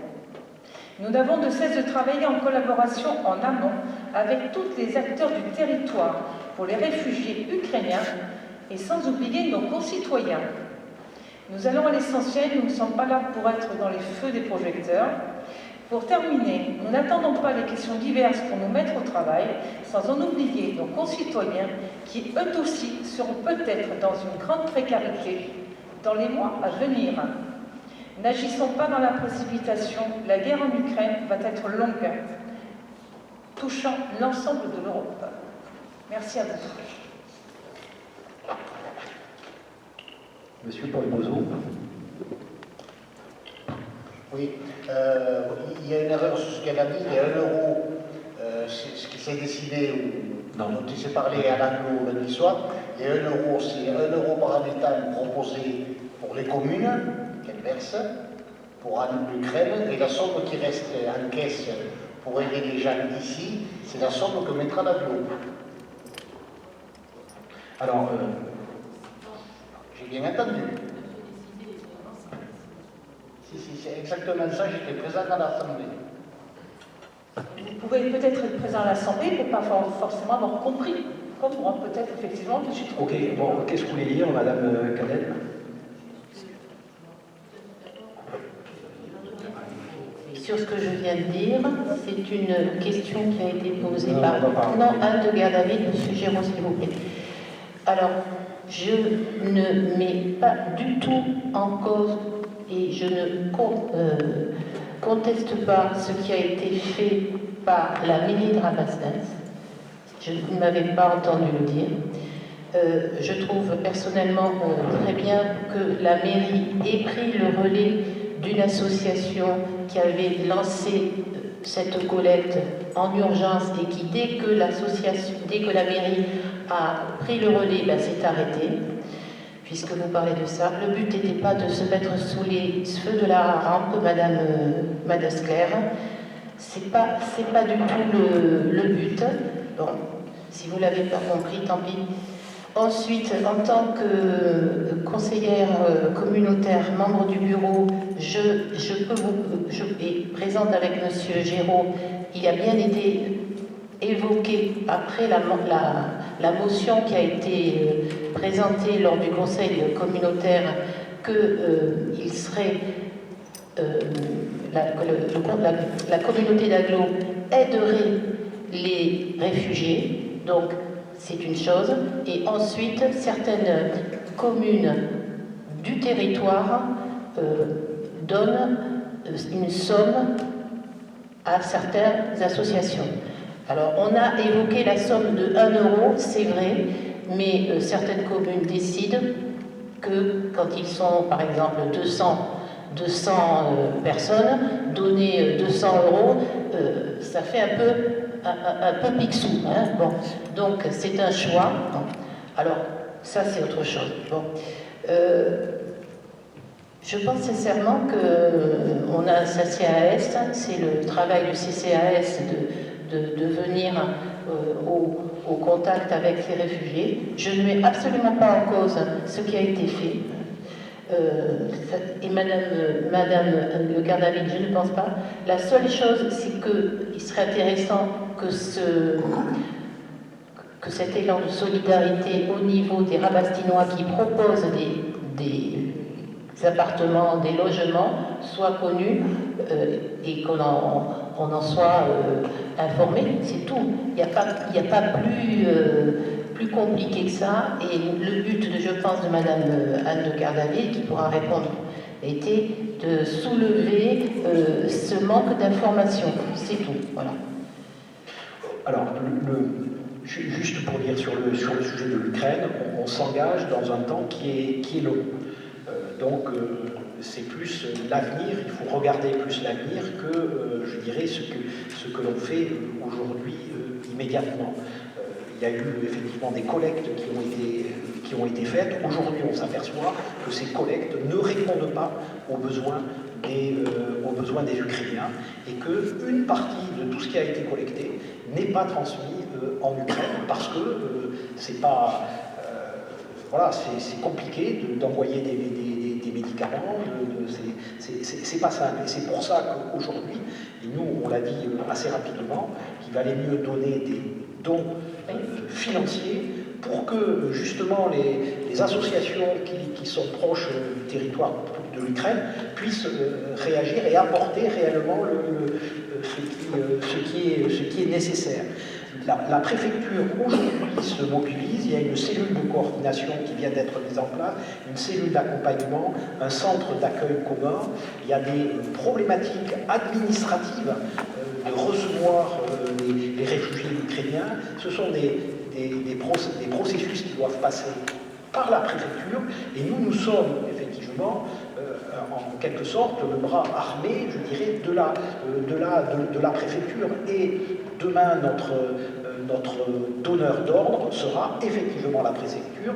On vient de recevoir aujourd'hui le listing des gens qui, comme l'a dit Sandrine Maléclair, un certain nombre de personnes qui proposent, je dirais, des logements, mais sachant qu'ils le proposent certains pour 3 mois, d'autres c'est illimité, d'autres c'est pour quelques semaines. Donc tout ça, ça demande d'être quand même consolidé, et les communes qui reçoivent aujourd'hui, par exemple je prends la commune de Mézins, la commune de Roujoux, qui reçoivent des Ukrainiens, c'est parce qu'ils ont des citoyens qui sont en contact direct avec des Ukrainiens, et donc c'est ces relations qu'ils ont développées en amont qui font qu'aujourd'hui ils vont certainement pouvoir les accueillir. Mais avant d'accueillir, il y a tout un process, notamment sur la scolarité, puisque ce sont essentiellement des femmes et des enfants qui vont arriver chez nous. Il y a toute cette problématique et le problématique de la langue. Donc tout ça doit être ordonné, c'est-à-dire qu'on sera là. S'il faut effectivement mettre de l'argent dans ça, nous le ferons. On ne s'est pas arrêté à 1 euro ou pas, etc. On verra, on fera du cas par cas. Le CCAS, les 50 000 euros du CCAS vont pouvoir être utilisés dans ce cadre-là aussi. Voilà. Donc on est assez ouvert. Juste pour finir, Monsieur Maire, vous dites, vous parlez de la problématique des dons. Les dons qui ont été, je voudrais quand même rassurer les Rabastinois, les dons que les Rabastinois ont faits sont bien partis et sont bien arrivés au niveau de l'association Alliance Ukraine-Occitanie. il s'avère que, pour confirmer ce que vous dites, Monsieur le maire, je suis régulièrement en contact avec des Ukrainiens en Pologne et qui me confirment toujours la même chose, c'est des besoins de financement. La Pologne peut très bien, on peut très bien acheter des draps, tout ce qu'on appelle, tout ce qu'on a besoin en Pologne. Donc c'est bien ce que vous dites, Madame la Desclère, ils ont besoin de fonds. Ensuite, la troisième précision que je peux me permettre d'apporter, c'est au niveau du conseil communautaire, a été évoquée la problématique notamment des enfants, vous avez dit, qui allaient arriver sur le sol, et notamment les aides que le conseil communautaire, que l'AGLO pourrait apporter notamment au niveau du cartable et de tous les fournitures scolaires qu'il va falloir leur donner. Voilà. Ok, merci. Donc, on va arrêter sur ce sujet-là. On finit par Sandrine Madeclerc.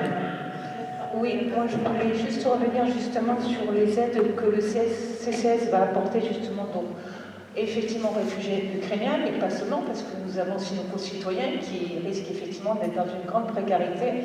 Et Monsieur le maire a insisté donc à la commission CCS la dernière, juste après la commission des finances, et c'était pour revenir, Monsieur Guénaud, à votre demande des 50 000 €. Et effectivement, Monsieur le maire donc a refusé.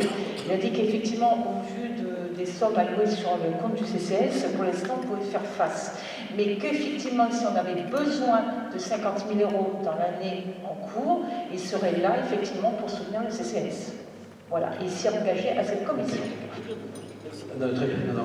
Bon, on finit ces... Alors oui, moi je voulais juste te remercier pour avoir une réponse à pas mal de mes questions. Bon, celle du logement social, ce n'était pas un reproche, c'était pour soulever le problème qu'un lieu d'accueil pour autant des femmes maltraitées que quelque chose, on pouvait quand même mettre ça dans notre réflexion générale. Hein. C'est pas la peine de dire que les municipalités n'ont rien fait. Bon. Simplement, je suis très contente que Mme Bourdet ait laissé un compte rendu sur l'action du CCAS sur l'Ukraine. Ce qui a été dommage, c'est qu'elle ne vous l'a pas présenté à la dernière commission du CCAS. Mais on est très content de venir au conseil municipal et d'être au courant qu'il y a 25 propositions de logement sur Rabastens par des particuliers. Bon, mais bien sûr, c'est à la préfecture et à vous, monsieur le maire, de fédérer tout ça. Mais là, au moins, c'est une bonne nouvelle. Merci. Vous pouvez pas en parler. Françoise Bourdet ne pouvait pas en parler la dernière fois parce qu'on votait le DOB. Donc on n'avait pas de questions diverses. Non, mais Madame Bourdet s'en expliquera quand elle rentrera. Ok, donc bon, on a fini sur ce sujet. Y a-t-il d'autres questions? Il n'y a plus de questions écrites. Donc, y a-t-il des questions? Madame Paris, allez-y, je vous en prie. Oui, c'est juste une question d'organisation. J'ai appris par hasard, je pense, à la commission de développement durable qui a eu lieu le 4 mars, qu'il y avait un conseil municipal le 24 mars. C'était complètement par hasard que je l'ai appris. On a reçu la convocation le 19 mars. Pour une question, et puis j'ai déjà posé ce genre de questions, fait ce genre de demande. Si vous avez les dates, est-ce que vous pouvez les communiquer? Parce que là, j'ai ma petite fille et ça pose un problème. Voilà. Donc, dès que vous connaissez les dates, ce sera, je pense, respectueux par rapport à tout le monde qui est invité, de les avertir le plus rapidement possible. S'il vous plaît. Ok. Merci.